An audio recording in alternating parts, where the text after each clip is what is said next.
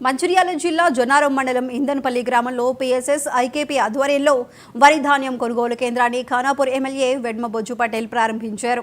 రైతులు ఈ సెంటర్లను వినియోగించుకుని మద్దతు ధర పొందాలని సూచించారు. గతంలోలా అవకతవకలు జరగకుండా చూడాలని ఎమ్మెల్యే ఆదేశించారు.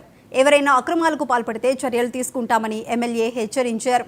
ఈ కార్యక్రమంలో market committee chairman, PSS chairman, తహసీల్దార్, సెంటర్ ఇన్ఛార్జీలు, రైతులు, నాయకులు పాల్గొన్నారు. ఈరోజు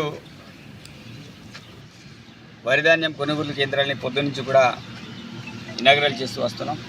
మరి ఖానాపూర్, కడెం, దస్తూరాబాద్, అదేవిధంగా జన్నారం, ముఖ్యంగా వరి పంట తీసుకున్న రైతులందరూ కూడా ఈ యొక్క కొనుగోలు కేంద్రాలని సద్వినియోగం చేసుకోవాలి.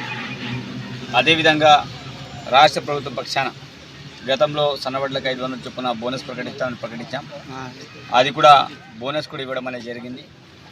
అదేవిధంగా చారిత్రాత్మక నిర్ణయం, దేశంలోనే మొట్టమొదటి రాష్ట్రంగా గౌరవ ముఖ్యమంత్రి రేవంత్ రెడ్డి గారి నాయకత్వంలో ప్రతి పేదవాడికి సన్నబియ్యం స్కీమ్ని కూడా స్టార్ట్ చేయడం ఈ చారిత్రాత్మకమైన నిర్ణయం. నేను అందుకే రైతులందరికీ కూడా కోరుకుంటున్నాను. చాలామంది దొడ్డు బియ్యంతో వజన్ ఎక్కువ వస్తుంది, మనకు ఎక్కువ డబ్బులు వస్తాయనే ఆలోచన. కానీ మీరు సన్నవడ్లను పండించడం వల్ల మీరు పండించే పంటలన్నీ కూడా ప్రతి పేదవాడికి చేరుతుంది. కాబట్టి సన్న బియ్యాన్ని పండించడానికి కూడా ప్రయత్నం చేయాలి. అందుకే మీకు బోనస్ ప్రకటించడానికి ప్రధానమైన కారణం